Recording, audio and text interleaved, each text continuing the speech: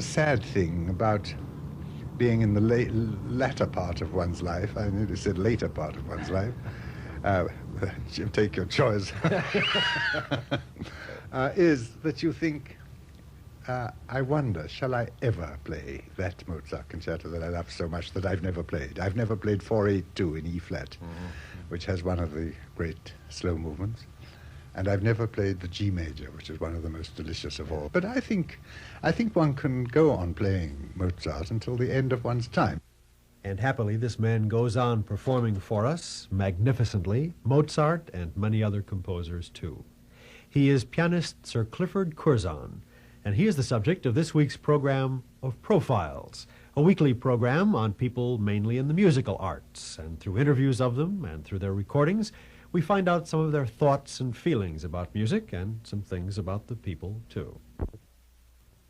I sort of smiled to myself when I heard you in rehearsal playing the C minor Mozart, because it's almost a cliche. We say that music is regenerative, and we always find new things in music, and that is exactly what happened and always happens with this concerto and with any Mozart piece. Do you, as performer, find new things, so to speak? I find new things in all of them. I also find, wasn't it Busoni who said one of the happinesses of his later life was that he found little imperfections in Mozart, which cheered him no end, you know, this God so above all, almost above all other musicians who've ever lived. But I do now dare to have preferences among the concertos, is what I'm saying, not to find little things that are less perfect, but definitely, for instance, I much prefer the C minor to the D minor, and the D minor was, in the 19th century, his most popular concerto, wasn't it? Yes. Mm-hmm. And all the others were neglected. Well, the A major was sometimes played, and the Coronation was sometimes played because it had a title, you know, like the Emperor Concerto or what have you. People think it must be grander and bigger, which it is not, of course. But the C minor, there isn't one note that could be changed, and that hasn't its own significance.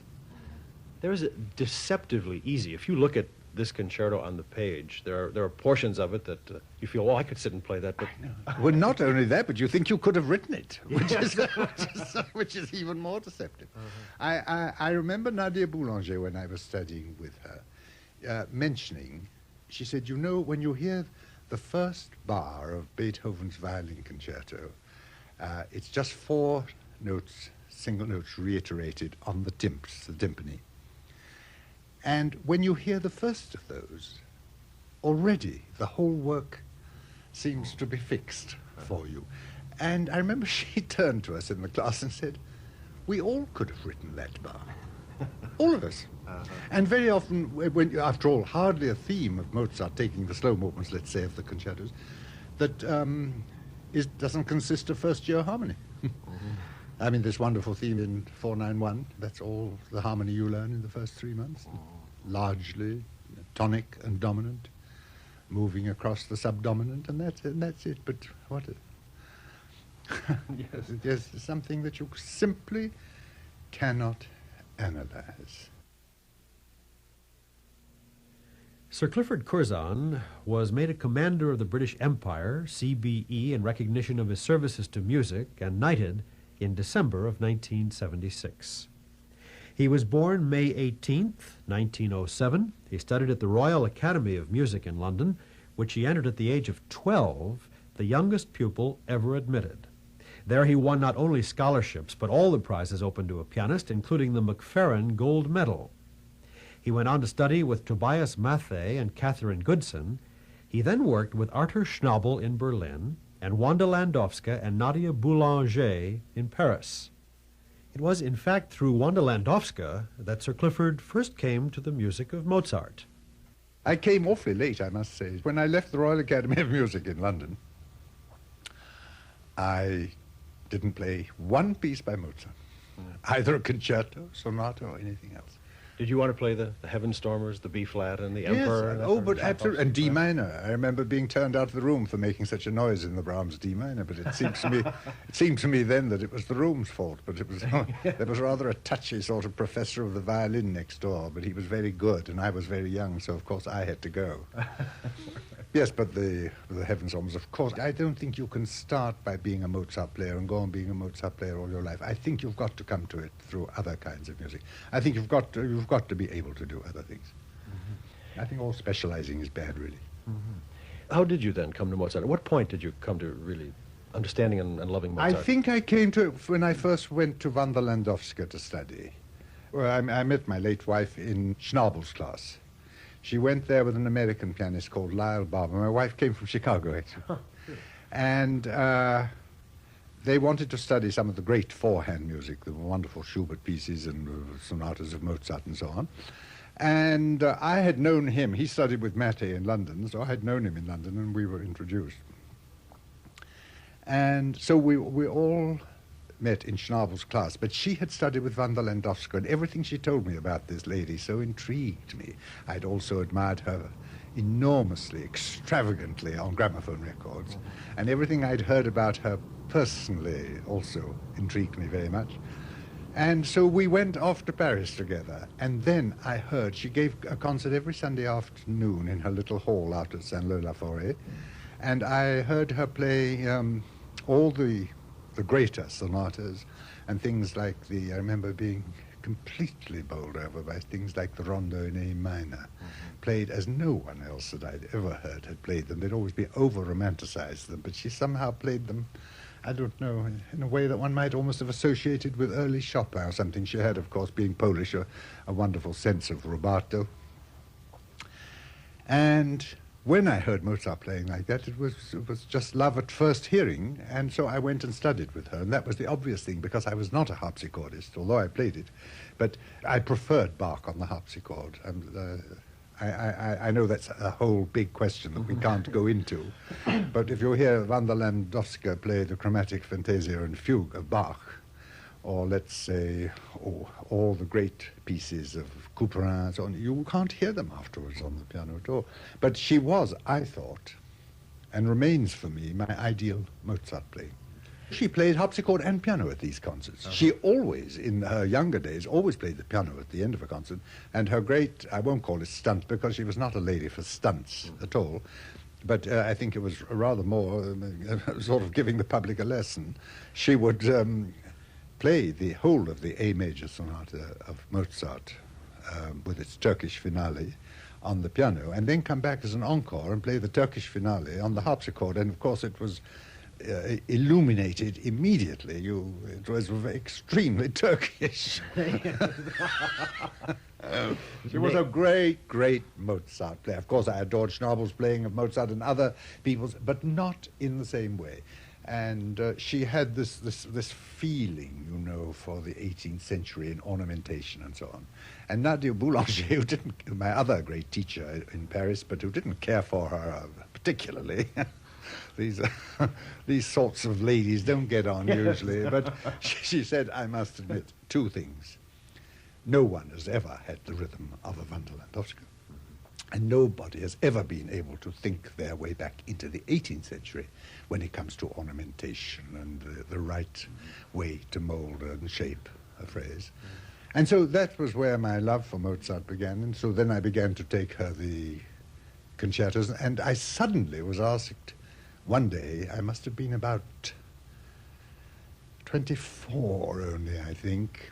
Sir Thomas Beecham very kindly heard me play at one of the great, there were great hostesses those days, and there was a great American one called Lady Cunard. I think she was connected or disconnected from the Cunard line or whatever. Yes. I think in everything but the money she was disconnected. And so I played to Sir Thomas Beecham, and he was very nice about my playing, but didn't seem to go any further. But a few months later, he sent word that he would like me to appear in a Mozart concerto. Imagine, I'd never played one, at one of his Sunday concerts, only a month off. So I immediately wrote and thanked him and said, in fear and trepidation, which concerto? And he sent a message back by his secretary and said, the B flat. Well, I, of course, immediately went to the list of the concertos and found for the first time in my life that there were 3 in B flat. So I again wrote, time was getting shorter, days were going by, and I again wrote to Sir Thomas, got no answer at all, and I thought, what does one do? And there were barely 3 weeks left when he sent a message by his secretary to say he would like me to play the one in D major. Well, which D major? Well, finally it came down that he wanted the Coronation Concerto. I simply bought a full score. I packed my bag and went to Saint-Leu-la-Forêt and sat at the feet of Wanda Landowska. Every day for hours she gave me lessons, and in the 3 weeks I got the piece learnt, and that was the beginning of my appearances in the concertos of Mozart. So I've always had a very special affection for this concerto, which is rather less well-loved than some others. Do you play most of the late Mozarts now? Yes, I play both the big minor ones. I play the last one, the B-flat. I play the Coronation. I play the 4-8-8. And then I come to some of the earlier ones. I'm usually asked to play the later ones. I was intrigued to these three names that keep coming up in your conversation: Yes. Schnabel, Landowska, and Boulanger. Yes. Boulanger, you were decided on a piano career, but you studied with Boulanger. Why? Well, once again, because my late wife was a pupil of hers, and I'd always heard about this rather austere but fascinating character. And, of course, I fell for her, as everybody did, and I really studied music with her, you know. She had an extraordinarily comprehensive grasp that is really essential, even though you may be a specializing instrumentalist. But I think you know when you hear a pianist play a Mozart concerto, for instance, you know whether he or she has some idea of the operas, of the things that happen in Mozart's operas, of the sound of Mozart's operas, of the feeling of that whole world, which is the Mozart opera. And so that's the sort of thing one got from her. I mean, one year she would do all the sonatas of Schubert in class. Another year she would do all the cantatas of Bach. And so you went. It was always a Wednesday, I think, Wednesday after Wednesday. And you took part in singing bits or playing bits or doing something. In other words, you learned to dissociate yourself from that eternal key pushing, you know, ivory pushing. You freed yourself. But of course, Landowska taught me how to work. She was the slowest imaginable worker. Note by note by note, she slaved away without social engagements or anything. She lived with a handful of secretaries, come companions, come what have you. And so from her I learned that. But of course, the last interpretative. Do you say that in American? Yes. Interpretive, because I heard someone or saw it written the other day, interpretive. Yes. But you do say interpretative. That too, yes. Because usually, if I may say so, and I say it with love for everything American, that you usually put the syllable in but don't take it out. You always seem to get an extra one in the word library somehow. Whereas the English, of course, swallow the end of every word, which makes them totally unintelligible most of the time. Or Schnabel, of course. Yes. How was Schnabel as teacher? The two pianos were aligned so that you always played the work to him straight through first, and he was at the other keyboard, and he always let you have your fling in this way. Landowska, you hardly got through 4 bars, you know, because she saw already how you should be working on those 4 bars. But he was always waiting to see what would come up in the course of the whole piece. You know, when your nervousness, of course, had disappeared, because there must have been 20 well-known pianists in the room already from all the European countries, and a lot of Americans too.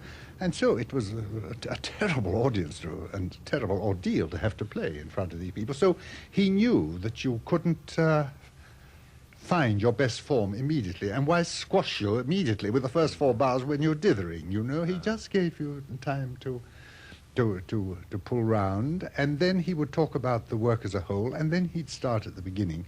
And it was very largely, for example, you'd been struggling physically with a passage, and he would just suddenly throw it off with such ease that you saw in one moment how to solve the problem. Because he believed very much you should never practice anything that you find difficult until you've tried all the easiest ways to solve the problem without practice. That's rather involved, but I think it's clever. And then, of course, it is. I mean, if you hear the voice of a great actor or a great actress, this does something to you, doesn't it? And I mean, you learn so much from it, and the sound of the piano under Schnabel's fingers was so different from the sound under that of any other pianist, I think. But you had to be Schnabel-minded. I mean, there were other schools. There was the Edwin Fischer School, for instance, which of course was far less intellectual, but was often what he did say was often clothed in extremely beautiful sound. Schnabel's sound could sometimes be a bit tough, you know. There was a far stronger streak of masculinity in the playing. Schnabel would have disapproved strongly at the thought of any personality in public. You remember how he looked and how he came on. I won't say, as some people think it's funny to say he looked like a bank manager. He didn't, because if you ever looked into his eyes or noted something about the lines of his face, you realized that the man was a what do you call it, a seer. With these three very strong personalities involved in your musically formative years, shall we say, was there a difficulty in finding your own personality through this? Did they allow you to find your own personality right away? It seemed to me that all three of those people led one to expressing oneself in music in one's way, which developed a personality without any thought. They gave you, all three of those people gave you freedom. And it seems to me that if you're given freedom, you have already developed a personality. Of course, what they did was extremely personal, but I think that was, of course, largely because there were very, very strong personalities in any case. I have a picture of Wanda Landowska at the age of 5, in which in her eyes you can read all the wisdom of the Old Testament, you know. This is wonderful. The extraordinary thing is that both Schnabel and Landowska were Jewish, and yet they were the most austere artists, both of them. They weren't at all the wailing wall or the vibrato and the fiddle and all this kind of thing. They were always rather removed from their public, but it is their Jewishness which makes them such wonderful players, I think, certainly. We probably think of Sir Clifford first as a player of Mozart and Brahms and Schumann and Schubert, but he plays 20th century music as well. As a matter of fact, he gave the world premiere of his countryman Alan Rawsthorne's Piano Concerto No. 2 in 1951 and recorded it shortly thereafter. We live in a time of trying to pigeonhole people, and one of the things I delight in about you is that we can't pigeonhole you because, he may be a Mozart specialist. Oh, no, he isn't. He plays Letov. You played the Liszt B minor sonata on a record, yes, too, yes, and Schubert sonatas. And of all Brahms things, the very difficult technically, but difficult musically, difficult to keep together, the F minor sonata, which is a strange piece.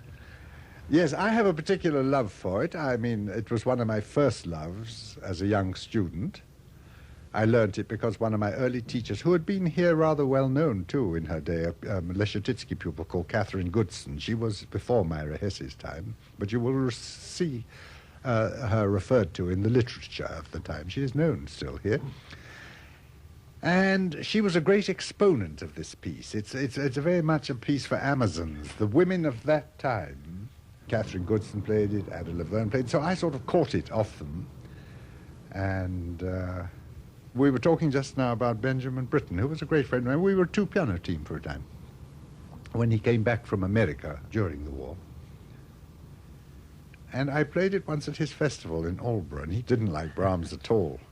And he would never play it for Peter Pears, his great friend. And so I went to Aldborough, and Peter and I gave a Brahms recital. And Ben came, and he said to me afterwards, you know, I always considered until this morning, it was a morning recital in a church, he said, I always considered until this morning that last movement was unplayable. I didn't think it could be turned into music, but it can. It's a problem. Yeah. I'm not even sure that it ought to be such a problem. But, I mean, by that I mean, I don't think one really ought to have to sort of intellectualize a piece in order to make it possible to say, well, this must be slower because that's faster, and so on and so on. It oughtn't to be quite as difficult as that. It's got one of the great slow movements, I think. Wonderful. And that, the final climax. I think it's funny, you know how Brahms and Wagner did not like one another, but they had so much in common. Yeah, that climax is the most Wagnerian thing outside of Tristan and Isolde, isn't it, really? That last page, yes. And I think it's saying the same thing. We spoke briefly with Sir Clifford about pianists who were training today. The tragedy, I think, of the present day young people is that there isn't really anyone for them to go to, comparable to those giants. When I went to study with Schnabel, I could have gone to 10 others. There were 2 in Paris, and then there was Teichmüller in Leipzig. There was also Fischer as well as Schnabel. And then there was another one, Arau's teacher in Berlin, I can't remember his name offhand. And in Vienna there were others. But who is there today teaching, really? Nobody of that caliber. And the virtuosi and the traveling pianists have got too much to do. Life is too exhausting for them. You see, they used Paderewski seemed to me to go around the world with about 3 concertos in his whole career. Now, you do that. If I go to Germany and I'm playing, say, in Cologne one night, I'm playing Brahms No. 1. I can't play Brahms No. 1, let's say, in Hamburg the next couple of days because they heard it from Cologne over the air. Yes. So I have to do No. 2 and so on, and you have to keep a big repertoire going, much bigger repertoire. And that means you can't give this. I don't teach. I go, sometimes, you know, Nadia Boulanger has a school in Fontainebleau, summer school for Americans, but there I go, well, just for love of Nadia, you see. Just every 3rd or 4th year I go and hear the pupils and give what they call a master class. You'd prefer to play than teach anyway, would you not? I do like teaching when I'm doing it, but I don't like the exhaustion that I feel afterwards. I feel very drained. I feel that I've given something terribly essential. I can't take it easily at all. There are people, I think, who don't waste their time on a bad pupil.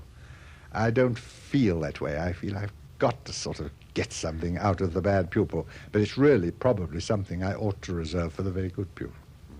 So you see, I'm not the born teacher, obviously. I can't manage teaching. Thank heavens, though, you are the born player and the born musician, and we're delighted to have you back again. Thank you so much. Well, thank you. It's been a great pleasure.